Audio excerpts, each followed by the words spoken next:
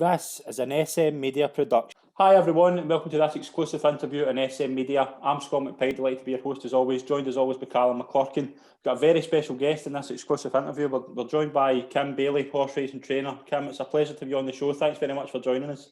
No, pleasure. How are we? Okay, how's everything been? How are you preparing for the festival?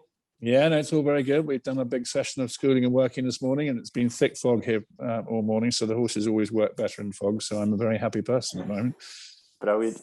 Obviously, we'll touch on a wee bit about this year's chances, but we'll go back to 1995. It must have been a tremendous year for you, winning the Champion Hurdle and the Gold Cup with Alderbrook and Master Oates. Just what are your memories from that year? Oh, well, my memories are like it was yesterday, which obviously is going to be, but at the end of it, I was lucky enough to be there to have the situation, having the good horses to go and do it, and it was tremendous. But I remember virtually every single moment the entire day, from the moment I got out of bed and the time I went to bed, but perhaps not the latter half.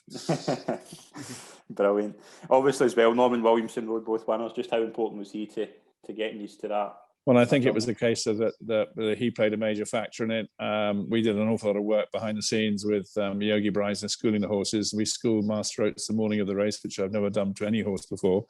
And we schooled him over telegraph poles and pretty solid jumps, because the horse was a particularly moderate jumper. He needs to remind himself what life was all about. Alderbrook we didn't school obviously the day of, but we schooled in the week before. As I say, it was a team effort the whole way through. Brilliant. We'll touch on your chances for this year. Obviously, it's been a different preparation from obviously the festival last year. Just what have you found been the major differences compared to recent festivals? Not having anybody around. It is. Normally we have people here up in the yard to come and see the horses working, and especially as you get close to Cheltenham, they show much more interest, obviously. And we just haven't had anybody around. It's almost a bit like working in a ghost town. By the fact I got plenty of people here, or working in the yard. It's just really sad for all concerned, isn't it? Because at the end of it, why do you have a horse in training? You want to see it. You want to see it run. You want to see it work in the stables. You want to come down to the yard to go and pat it and play with it and do what you want. It's all part of the whole operation of having a horse in training, and not being able to do it is very sad for both sides. Yeah, definitely. We'll get into your chances for this year. Obviously, the big one is Imperial Aura, who won last year at the Northern Trust. How is he after the fall in the Sylvania Conti Chase? How's he been since then? Well, the first thing I can say is that he didn't fall, and that's a really important point to make across, because actually the jockey fell off him. The horse did not fall, and I've not really been too concerned about him since. The most worry I had of that day was the fact that he was running around the racecourse loose with a rein between his legs, which could have done an awful lot of damage. And I remember looking at him when I saddled him and thinking, my God, we got new reins on, these don't break. So they don't. And we didn't have that situation. Thank God he was fine afterwards. I'm delighted with him. He's worked really well. He's worked exceptionally well this morning, and he's schooled very well. There's a picture on my website if you want to watch it. So delighted. Brilliant. As well as that, obviously, there's a big Irish challenge, and it's a really, really steep Ryanair. How are you kind of preparing for the other horses in the race, and what do you kind of feel is the biggest danger to them? Well, at the end of it, you don't prepare him for any other horse in the race, because at the end of it, you have your own agenda. It's really a question whether he's, providing he gets the racecourse in one piece and he's in a good place, it's up to the lap of the gods after that. The jockey will ride him, and you don't worry about the opposition. You can't do so. We're more worried about our own horse than anybody else's. Yeah, definitely. Calum, is there anything you want to ask about Imperial Aura? Sorry again. He's a great horse, isn't he, Imperial Aura? From his unseat last time, did something distract him?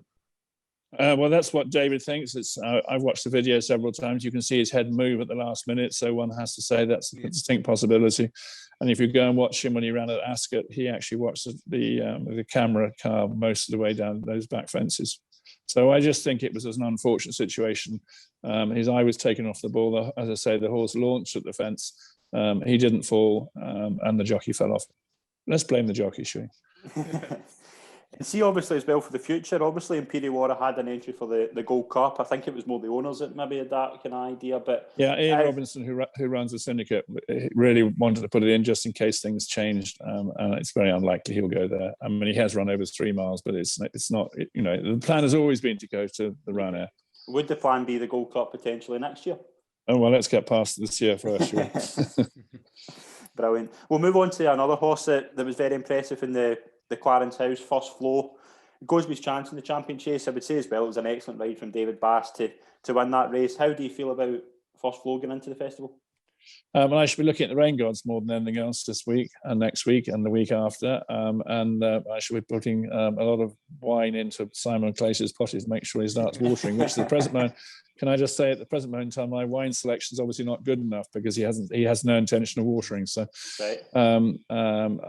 Obviously I could do with some rain. I don't need it to dry up too much, but the Clarence House would run the fastest he's ever run on ground-wise. So that was a good sign for us. He showed more that day than he's ever done before. Yeah. Again, he's worked this morning. He scored very well, which if you want to look on my website, you'll see a photo of him jumping. He jumps tyres rather than fences because at the end of it, he demolishes my fences at home. It become very expensive. Brilliant.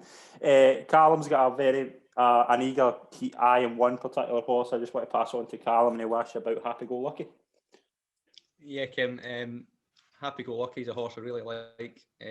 Won at Cheltenham last time. Is it just been kept for a handicap mark in the Ultima, or could he go National Hunt Chase? I think he's probably going to go the Ultimate. We're waiting for the results to come, the weights to come up. It's always a tricky one. There's a lot's going to happen between now and Cheltenham, and I don't need him running off the top weight, and I can't believe that'll be the case. We ran him on very heavy ground last year at Sandown, and it was a big mistake. It took him a long time to recover, so we decided very early on not to do that this year. He's had his 3 runs to get him qualified for a handicap, and that was really all we wanted to go and do. Excellent. And obviously as well, we'll touch on Vindication as well. He's got entries for the Stairs and the Gold Cup. Are you kind of leaning towards one or the other, or is it still up in the air? I'm gonna like everything else. We're sitting on the fence slightly, but he's been schooled over fences and hurdles, and I'm really happy with his preparation. And it's really a question of which race we run in. And that decision won't be made till near the time. Yeah, obviously as well, he was running very well in the Ladbrokes Trophy before he unseated David. How's he been since that? Well, I mean, it was very frustrating for us because we never quite understood what happened. David said immediately afterwards he thought he'd fallen off before the fence. Well, at the end of it, none of us could see what was going on. It was the camera angle was in the wrong place for that cross fence, so we were never able to digest and have a really good close look to see what was going on. So we don't know why or what happened. The saddest thing of all was the fact that the horse came back lame afterwards, and he had to have a period of rest. He banged the inside of his hind joint. And in a perfect world, I'd like to have got a race into an Ascot 2 weeks ago, but obviously we weren't ready to go and do that, which was slightly frustrating. So, but he'll go to the festival. He will be 100% fit. Last year he was short of a gallop. This year he won't be. Brilliant. Another horse to mention, Does He Know? I was a horse I was very keen on. Obviously won twice at Cheltenham before running out in the Challow. He's entered in the Ballamore, the Coral and the Martin Pipe again. Is it just to see what weight he gets before making that decision? It's a difficult decision with him because at the end of it, he's probably not good enough to be placed in the novice, and probably too high in the handicap to be placed in the handicap. Right. It's a difficult one. We can't, because of what happened at Newbury, none of us are really an awful lot wiser. We went to Newbury to try and find out how he would cope with being in a Grade 1. And as you all know, he ran out through the wing. Again, I like blaming jockeys, so we'll blame him. Disappointing. And then we ran him at Exeter really to try and get another arrow to our bow, really, hoping that you get qualified for the attempts. Yeah. And quite honestly, the ground was shocking. And he turned in the straight looking like he was going to win and stopped dead and didn't qualify. I'm not sure. I mean, we get the weights and the mounts today, so I'm not sure which way I'm going to go with him yet. But I'm not even 100% sure he'll go to the festival. But that is the plan, and I have to see exactly where we are. But the novice hurdle is going to be a good race, and is he good enough? Probably not. Right. Okay. Callum, is there anything you want to add before we touch on a couple of handicaps? I just want to say I really enjoy Kim's blog. It's really nice because punters are us. In race courses, we can't go to the races at the moment, and he must be excited. We've got the countdown to Cheltenham, obviously, but Kim, you must be excited about countdown to owners returning at the end of the month as well. It's going to be a huge plus, and I appreciate what you said about my blog. It is something which obviously we've done for a long time, and And I try to make it as amusing as possible. If you just read about horses the whole time, it would be pretty dull. Yeah, no, it's also about keeping owners informed of what's going on in the yard. You know, as you know, we video everything, and I want my owners to, you know, even if they're having to be forced to sit at home, they've got some sort of idea they are part of the operation here, which of course they are. I can't wait to have them back. And fans as well. It's important to see them back as well. And we've all seen the horrible image circulating over the weekend. But you know, one of the first things I do was, you know, go to your blog and see the photos and see the videos, and you know, that's a true image of racing, isn't it? You know, that's what really matters. And you must probably understand that I was very badly educated. My English is appalling. My spelling's even worse, and my pronunciation wouldn't be great. But anyway, that's me who does it, I'm afraid. So that's you have to understand that if my secretary does it, she does a far better job. Brilliant. Obviously, as well, you've got a couple of entries and handicaps as well. Is there anything that will probably be running at the festival in handicaps? Or maybe even the I bumper? think the only one I shall run is another venture. Wandering Star runs at Ludlow tomorrow, so he won't go there. Another venture will go, but he wants soft ground, and he is a charity horse. So a lot of, you know, what he does is raising money for charity at the same time. So he runs for Maggie's Cancer Homes in Cheltenham, and so any you know, a percentage of his prize money goes to the charity home, and you know, it's good publicity for them if he was, you know, to run well and be seen on television. So brilliant.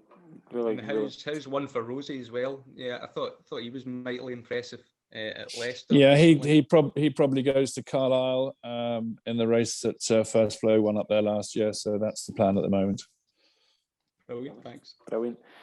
We just want to thank you very much, Kim, for joining us. It's been an absolute pleasure to talk to you this Wednesday morning, and we wish you all the very best for your chances at the festival.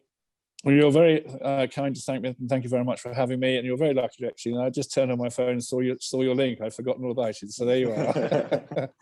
Thank you very much indeed. It's been an absolute pleasure. Okay. Good luck to you all. Thank you very much. Thank you. Okay. Bye. Cheers. Bye. Cheers, Kim. Bye.